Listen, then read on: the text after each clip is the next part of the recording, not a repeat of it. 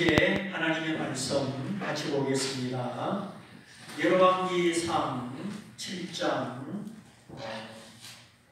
1절과 7절을 보겠습니다. 열왕기 3, 7장 1절과 7절 말씀 찾으신 줄 알고 제가 읽어드립니다. 솔로몬이 자기의 궁을 13년 동안 건축하여 그 전부를 준공하니라. 7절. 또 심판하기 위하여 보좌의 낭실 곧 재판하는 낭실을 짓고 온 마루를 백향목으로 덮었고. 아멘.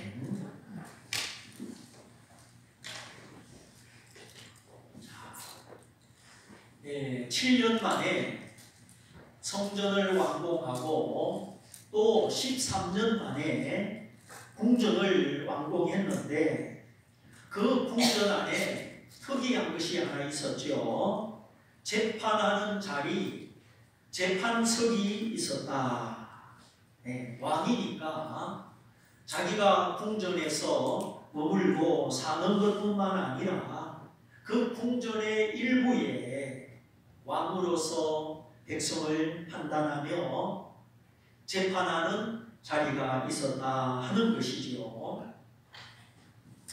우리의 마음에도 하나님의 재판석, 하나님의 말씀이 있어서 우리가 참과 거짓을 분별하며 살아갈 때 우리가 가장 복된 길로 나가는 줄 믿습니다. 그래서 이 축복이라고 하는 것은 그냥 오는 것이 아니고 분별을 잘할 때 오는 것이죠. 내가 아무리 노력해도 참과 거짓을 분별하지 못하고 노력한다면 그 노력이 헛바퀴를 돌기가 쉽죠. 그래서 솔로몬이 13년 만에 지은 궁전 안에 재판하는 자리, 재판석이 있었다. 이처럼 오늘 내 마음에 하나님의 보좌, 하나님의 말씀의 재판석을 세우면 우리가 형통한 길로 가게 되는 줄 믿습니다. 바로 이것이 말씀으로 다스리고 말씀으로 복주시는 하나님의 원리지요. 그래서 개인도 국가도 법 질서가 세워질 때 모든 것이 잘 되는 겁니다. 법 질서가 무너지면 거기에 통타는 부패로 말미암아 어려움을 겪게 되지요. 자, 솔로몬과 히람 왕이 서로 신뢰하고 화평한 가운데 약속하고 약속대로 실행하여 성전이 완공이 되었죠. 솔로몬은 밀과 보리와 기름을 주고 히람은 백향목과 잣나무를 베어서 주었습니다. 일방적으로 취하는 것이 아니라 상대방이 원하는 것, 필요로 하는 것을 주면서 시작부터 신뢰와 소망 가운데 협상이 이루어졌죠. 솔로몬은 그 당시 그 고대 근동의 맹주 국가의 왕이요, 히람은 바닷가의 조그만 해상 도시 해양 국가의 왕이었습니다. 두로라고 하는 나라지요. 이 두로는 배를 만드는 나라요, 무역하는 나라입니다. 역사책에서 배운 대로 오랫동안 페니키아 문명을 가지고 있었죠. 지금은 레바논이라는 국가가 바로 거기입니다. 이스라엘보다 작은, 이스라엘도 작은 나라인데 이스라엘의 반밖에 안 되는 나라가 레바논이죠. 지금부터 3000년 전에 백향목, 잣나무가 많은 지역을 레바논이라고 했는데 성경에 많이 나오는 지명이지요. 아직도 그 지명을 그대로 물려받아서 지금은 나라의 이름이요, 정식 국가의 이름이 레바논입니다.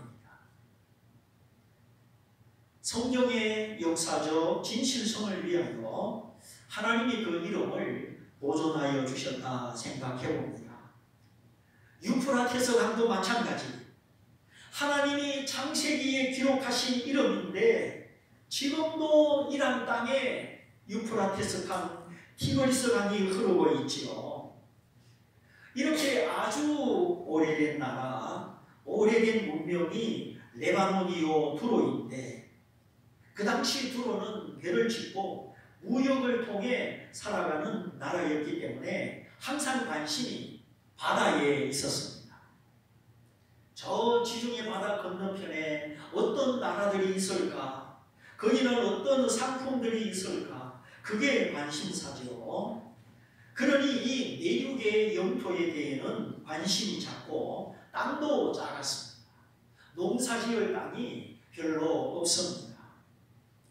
바다는 넓은데 두로라는 이 해양 국가에는 농사지을 땅이 없어요. 그래서 언제나 주변 국가에서 밀을 수입합니다. 제때 밀수입을 못하면 양식이 끊어집니다. 무역을 해서 돈은 많은데 양식이 끊어지면 큰일 나는 거죠. 우리나라도 석유 수입이 끊어지면 산업이 안 돌아가죠. 그래서 올해는 어디서 양식을 수입하나 고민하고 있는데 마침 솔로몬 왕에게서 편지가 온 겁니다. 내가 하나님의 뜻을 따라 성전을 지으려 하는데 나무가 필요합니다. 당신의 나라에 나무를 베어주시오. 그러면 우리나라에 밀과 보리, 감람 기름을 보내주겠습니다. 그 당시는 다 철판에 기름을 붓고 떡을 구워 먹었는데, 밀도 보내준다, 기름도 보내준다, 이거보다 희소식이 없는 거예요. 두로라는 이 나라의 최대 약점, 최대 필요한 점, 그걸 솔로몬 왕이 원하는 만큼 준다고 하니까 히람 왕의 기가 번쩍 뜨이는 거죠. 거기다 벌목하는 일꾼 3만 명을 보내주고 당신 나라 벌목꾼들에게는 품삯을 주되 우리나라 이스라엘에서 준다. 그러니 이건 뭐 껌 먹고 알 먹고 절대 거절할 수 없는 협약 조건입니다. 그러니까 솔로몬이 협상을 할 때 일방적이거나 강압적으로 힘에 의한 외교를 펼치지 않았죠. 오늘날 국가들이 이 솔로몬의 외교, 솔로몬의 협상을 배운다면 서로 유익하고 화평하고 좋을 텐데 오늘 국제사회는 그렇지 못하지요. 왜 그렇습니까? 하나님이 주신 자원을 아끼지 않고 향락과 소비로 매진하기 때문이지요. 예, 유럽이나 미국, 캐나다 GNP가 높습니다. 1년 총 생산량이 높고 1년에 벌어들이는 돈이 많습니다. 그런데도 부족합니다. 왜 그렇습니까? 저축하지 않고 선교하지 않기 때문이고 돈을 버는 대로 다 소비하기 때문이에요. 하나님이 지구상에 부어주시는 이 물질의 은혜가 부족해서가 아니라 사람들이 너무 쓰기에 바쁜 겁니다. 그래서 보면은 조금 돈이 있다 그러면 요트도 있고 개인 비행기도 있고 이렇게 호화별장도 있고 세상의 쾌락, 세상의 자랑을 따라 있는 사람은 있는 대로 낭비하고 과시하고 없는 사람은 없는 대로 소비하고 즐기는 이런 문화풍조, 문화생활, 하나님의 즐거움, 천국의 기쁨이 없기 때문에 사람들이 하루의 쾌락, 하루살이 같은 일락에 빠져 살아가는 겁니다. 그래서 사도 바울이 일락을 좋아하는 자는, 하루의 즐거움을 좋아하는 자는 살았으나 어떠하느니라? 죽었느니라. 그 생각이 죽고 인생의 소망과 목적이 죽고 그 영혼이 죽었느니라. 우리가 이 말씀을 깊이 생각해야 됩니다. 정말 내가 누구인가? 내가 어디서 왔어? 어디로 가는가? 내 인생의 목적과 소망이 뭔지 모르는 채 이 세상의 부요, 세상의 자랑, 하루의 쾌락, 하루살이 같은 즐거움에 빠진 사람들이 얼마나 많은지. 그래서 부어라 마셔라, 먹고 놀자, 여행 가자. 하나님이 없고 천국이 없고 영생의 소망이 없기 때문에 사람들이 육체가 되어서 하나님의 영이 떠나니까 인간은 쾌락 덩어리가 되고 욕망의 덩어리가 되고 말았습니다. 하나님의 영이 떠나면 인간이 이렇게 육체밖에 욕망밖에 남는 것이 없는 거예요. 그래서 사도 바울이 마지막 때에 고통하는 때가 이르리라, 고통하는 시대가 온다고 하였죠. 사람들이 자기를 사랑하고 돈을 사랑하고 쾌락 사랑하기를 하나님 사랑하기보다 더 하니라. 아예 하나님은 생각도 없고 관심도 없어요. 하나님이 어떤 분인지, 하나님이 살아계시는지 죽었는지 사람들은 하나님께 대하여 관심이 없어요. 온통 자기 사랑, 이기주의, 돈 사랑, 물질주의, 쾌락 사랑, 연락주의, 여기에 빠져 있는 겁니다. 그러니 부모를 돌아봅니까? 친구를 생각합니까? 이 사회를 염려합니까? 애국심이 있습니까? 아무것도 없습니다. 그러므로 지금이 어떤 때이다? 고통하는 때, 고통하는 시절이다. 디모데후서 3장에 기록되어 있죠. 그래도 옛날에는 참 부모에게 효도하고 국가에 복종하고 어른을 보면 인사하고 사회 질서에 순응하고 그랬는데 요즘은 이 시대 풍조가 옛날 같지가 않습니다. 그래서 서울 가면 눈 똑바로 뜨고 다녀라. 서울 가면 뭐 비어간다? 코 비어간다. 코가 어디에 있습니까? 눈 바로 밑에 있죠. 눈과 제일 가까운 곳이 코인데 깜짝하면 눈 밑에 있는 코를 비어간다는 거예요. 그만큼 경쟁사회요, 살벌한 사회요, 속이는 세상이라는 뜻이죠. 눈 뻔히 뜨고 있는데 눈에 가까운 코를 어떻게 비어갑니까? 근데 코를 비어간대요. 정신 차리고 사십시오. 모르면 당합니다. 안면이 없으면 당합니다. 연줄이 없으면 당해요. 이제는 이런 이기심, 돈사랑, 쾌락사랑이 극에 달하여서 주일도 잘 안 지킵니다. 온전한 주일 성수를 못해요. 믿음이 없어서 하나님이 어떤 분이신지 알지 못하면 다 세상의 풍조를 따라갑니다. 내 마음에 하나님의 보좌, 말씀의 보좌가 있어야 되는데 이 보좌가 너무 약해요. 우리 주변의 모든 세상이 그렇게 돌아가니까 판단의 기준이 없이 말씀의 약속, 말씀의 기준이 없이 쉽게 세상 풍조를 따라가는 거죠. 그래서 알바를 안 하는 사람이 없어요. 알바 그 자체가 나쁘다는 게 아니고 꿈이 있고 열망이 있고 하나님의 말씀이 있어야 되는데 말씀 없이 하나님의 주신 꿈이 없이 그냥 알바에 빠지고 돈의 편리에 빠지면 안 된다는 거죠.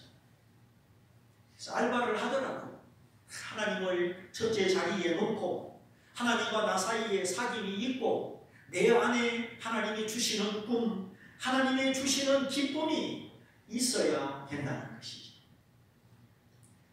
요셉의 성공 비결, 그 안에 하나님이 주신 꿈이 있었지요. 다윗의 성공 비결, 비파야 수금아 깰지어다 내가 새벽을 깨우리로다. 지금은 사울에게 쫓겨서 도망다니고 숨어있지만 약속의 말씀을 이루시고 나를 왕으로 세우시는 하나님이 살아계신다. 그 때가 가까이 오고 있다. 그 믿음을 가지고 비파야 수고마 깰지어다.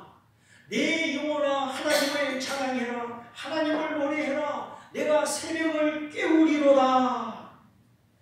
환경이 비참하고 어려워도 영혼의 찬양, 영혼의 믿음을 깨워서 나도 더 이상 실망하지 않고 낙심하지 않고 새벽을 깨우겠다.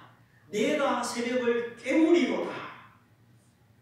하나님이 내 인생의 새벽을 준비하고 계시기 때문에 나도 실망과 낙심을 치워버리고 찬양하는 믿음, 노래하는 믿음을 깨워서 내 인생의 새벽을 만들겠다. 새벽을 맞이하겠다는 것입니다. 그게 아둘람 굴 속에서 다윗이 하나님을 바라보고 부른 믿음의 노래지요.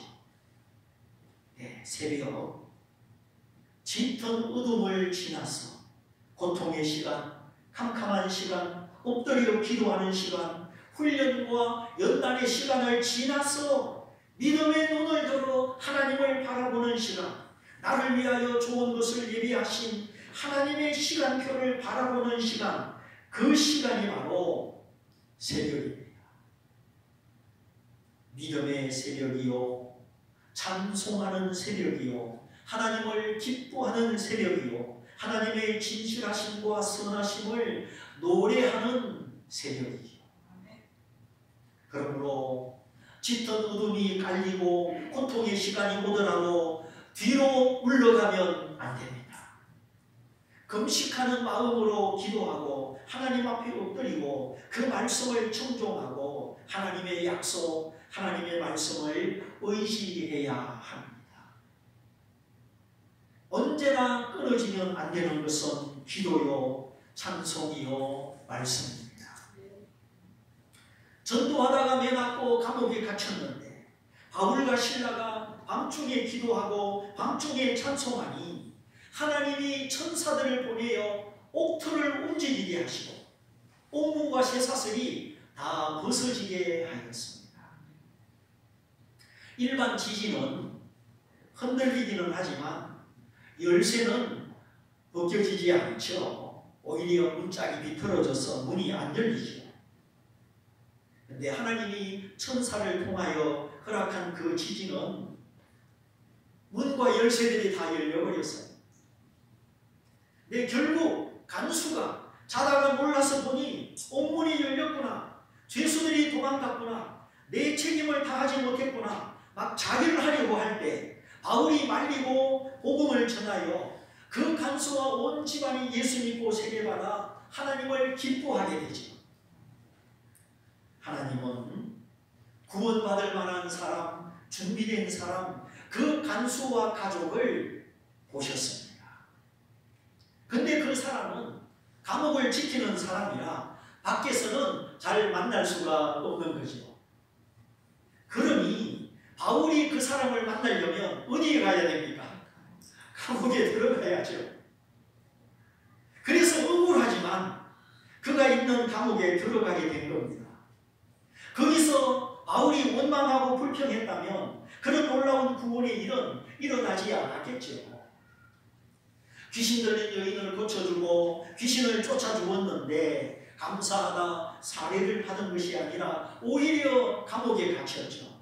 옷을 찢어 그 등에 맨살에 매도 많이 맞았습니다. 깊은 감옥에 쇠사슬 착고에 매였습니다. 그럼에도 불구하고 이 모든 일에는 하나님의 뜻이 있다. 하나님은 헛된 일을 허락하지 않으신다.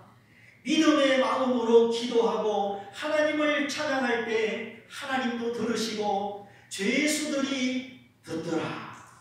그 강팍한 마음의 죄수들이 그 바울과 실라의 기도 소리와 찬송 소리를 귀를 기울여 듣는 겁니다.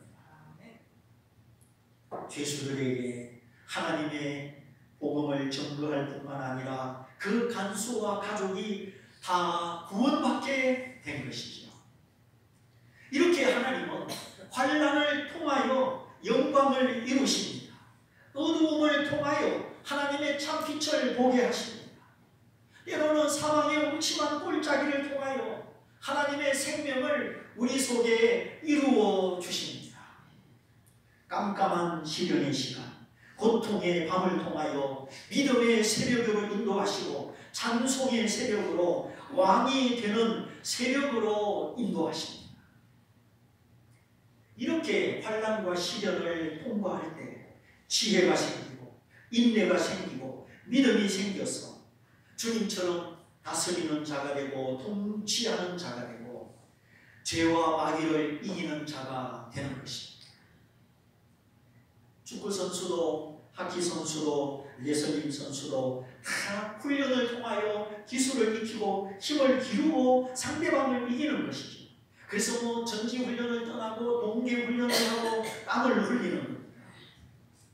우리도 육체의 안일함과 영혼의 우둔함을 깨뜨리고 하나님을 아는 지식이 민첩하고 믿음을 발휘하는 능력이 탁월함으로 각 사람마다 가장 알맞는 환경 속에서 시험과 연단을 받는 것입니다.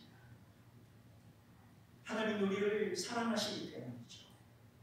어떤 사람은 병원에서, 어떤 사람은 소송 중에 이렇고 저런 여러 환경과 사건과 사람 속에서 우리가 영적인 훈련, 지혜의 훈련, 믿음의 훈련을 받는 것입니다. 그래서 이제는 기도하는 사람, 하나님의 말씀에 충성된 사람, 크고 높으신 하나님을 찬송하는 사람으로 만드는 것입니다. 이렇게 되면 이전처럼 쉽게 절망하거나 낙심하지 않습니다. 믿음이 단련된 사람은 함부로 인간의 본성을 드러내거나 어리석은 판단과 결정을 내리지 않습니다. 생각 하나, 마음 먹는 것 하나 하나님 앞에 다 펼쳐 보이고 하나님 앞에 검사받고 하나님이 기뻐하시나 슬퍼하시나 하나님의 마음을 헤아리며 하나님의 결제를 받아 행하는 것이에요. 그래서 늘 하나님과 동행하고 이제는 하나님과 함께 형통하게 살아가는 것이죠. 그래서 다윗이 이렇게 기도했죠. 나의 반석이시요 나의 구속자이신 여호와여, 내 입의 말과 내 마음의 모든 묵상이 혼자 생각하는 생각이 주의 앞에 연락되기를 원하나이다. 다윗은 말을 함부로 하지 않습니다. 아무도 모르게 혼자 하는 생각도 함부로 생각하지 않습니다. 무엇 때문에? 하나님이 내 입술의 모든 말과 혼자 하는 내 마음의 생각까지도 제물로 받으시고 기뻐 연락하시기 때문입니다. 그 어린 아기의 말도 못하는 옹알이 소리도 부모는 기뻐하잖아요. 우리 애가 드디어 옹알이를 했어요. 뭐 어쩌고 저쩌고. 하나님은요, 우리의 입술의 말과 우리의 마음의 생각을 제물로 받으신다.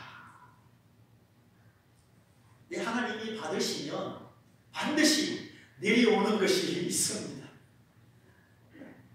그래서 하나님의 백성은 예배하는 백성이요 제사하는 백성이죠. 하나님의 백성이 예배가 끊어지고 제물이 끊어지면 영적으로 죽는 겁니다. 예배는 하나님을 경배하고 경외하고 높이는 것이죠. 당신은 나의 생명, 나의 구속자, 나의 창조자, 나의 은인입니다. 내 모든 건 내 것이 아니요 당신에게 속하였습니다. 오늘 내가 숨쉬고 살아있는 생명도 내가 먹는 음식도 호흡도 다 하나님의 주신 것입니다. 지금 내 눈이 보고 듣고 심장이 뛰고 살아있는 것이 하나님의 은혜 때문입니다. 내게 적성과 재능을 주셔서 내가 사무실에서, 부엌에서, 학교에서, 공장에서 일하고 있는 것도 다 하나님의 은혜 때문입니다. 이렇게 고백하는 것이 바로 예배입니다. 입술의 찬미의 제사입니다. 하나님은 이런 믿음의 고백, 감사의 고백, 하나님을 높이는 찬미의 입술, 그 입술을 기뻐 받으시는 제물로 삼으시는 겁니다. 입술의 찬미의 제사를 하나님이 기뻐하십니다. 이 심장 근처 핏줄 하나 막히고 뇌 속에 핏줄 한 가닥이 막히면 사람은 죽습니다.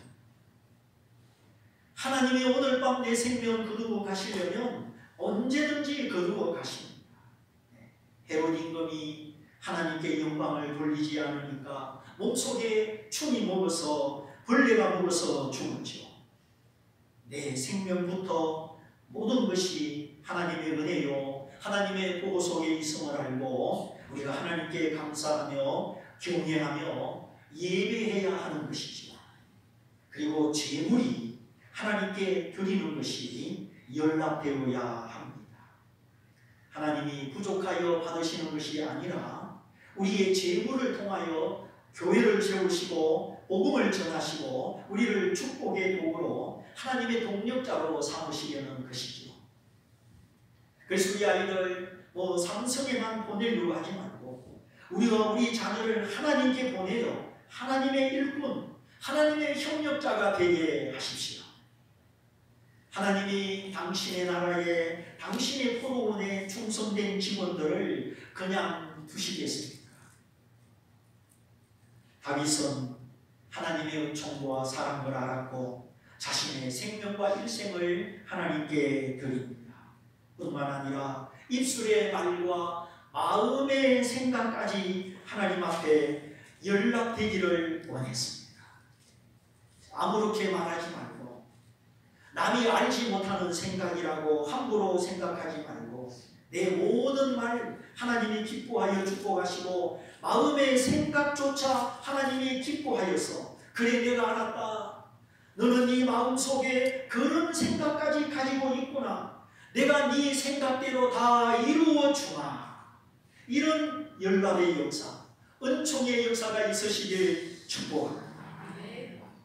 이 하나님이 기뻐 받으시는 이 연락의 역사, 그래서 내려오는 은총의 역사만 있으면 우리 인생 사는 거 걱정 안 해도 됩니다. 하나님 우리 아버지십니다. 이렇게 다윗이 이런 은총의 새벽을 깨우기 전에 환난을 통과했죠.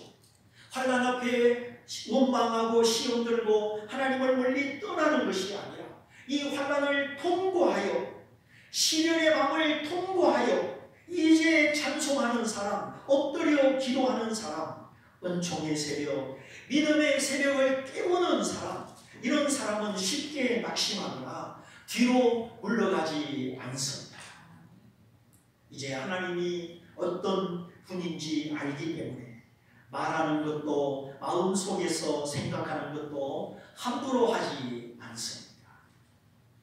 오직 하나님을 예배하는 자, 제물을 드리는 성도가 되어서 하나님과 교통하며 약속의 말씀을 성취하며 하나님을 높이는 사람이 되는 것이지요. 오늘 이 세상이 자기 사랑, 돈 사랑, 쾌락 사랑, 그래서 하나님을 무시하고 사람을 무시하는 이 고통하는 시대, 하나님을 사랑하고 이웃을 사랑하면 고통이 아니라 하나님의 평강과 영광이 임할 텐데 불행하게도 사람들은 잘못된 사랑, 잘못된 애착에 빠져 있습니다. 우리 모두 십자가의 사랑 가운데 은혜를 알고 영광의 하나님을 알고 환난과 시련을 통하여 자신을 낮추고 하나님께 드려서 입술의 말과 생각까지도 하나님께 드려서 다윗처럼 존귀한 자, 다스리는 자가 되시기를 바랍니다. 그래서 악한 마귀가 나를 지배하지 못하도록, 나를 불평의 도구로, 원망의 도구로, 사망의 도구로 사용하지 못하도록 말씀 가운데, 기도 가운데, 믿음의 훈련과 실현 가운데 깨어서 솔로몬의 궁전 안에 심판하는 자리, 재판 자리가 있었던 것처럼 이제는 언제나 내 마음속에 말씀의 자리, 말씀의 재판석이 있어야 하는 것입니다. 13년 만에 지은 솔로몬의 궁전을 오늘 다 읽지는 못했지만 7절 말씀에 그 궁전 안에 재판석이 있었다. 의롭고 공정한 말씀의 판단력을 가지고 그 말씀 앞에 자기를 돌아보고 자기를 세워서 이제 하나님 앞에 선하고 사람 앞에 자비 먹고, 그래서 하나님이 쓰시는 사람, 복 주시는 사람, 하나님처럼 왕처럼 세상과 마귀와 죄를 다스리는 사람이 되시기를 주님의 이름으로 축원드립니다. 우리 말씀을 붙잡고 함께 기도하겠습니다. 주님, 13년에 걸쳐 지은 솔로몬의 궁전 안에 하나님의 보좌, 재판석이 있었다. 오늘도 내 속에 하나님의 말씀이 풍성히 거하기를 원합니다. 이제는 사사로운 감정과 욕망과 어리석은 생각을 버리고 말씀의 보좌 앞에 엎드리며 그 말씀의 재판석이 내 속에 있어서 언제나 선악을 분별하게 하시고 참과 거짓을 분별하게 하시고 나로 하여금 생명의 길을 걷고 의의 길을 걷고 은총의 새벽을 깨우고 다스리는 왕과 같이 살게 하여 주옵소서. 우리 내 마음속에 말씀의 보좌가 세워지도록 우리 같이 기도하겠습니다. 할렐루야. 사랑하시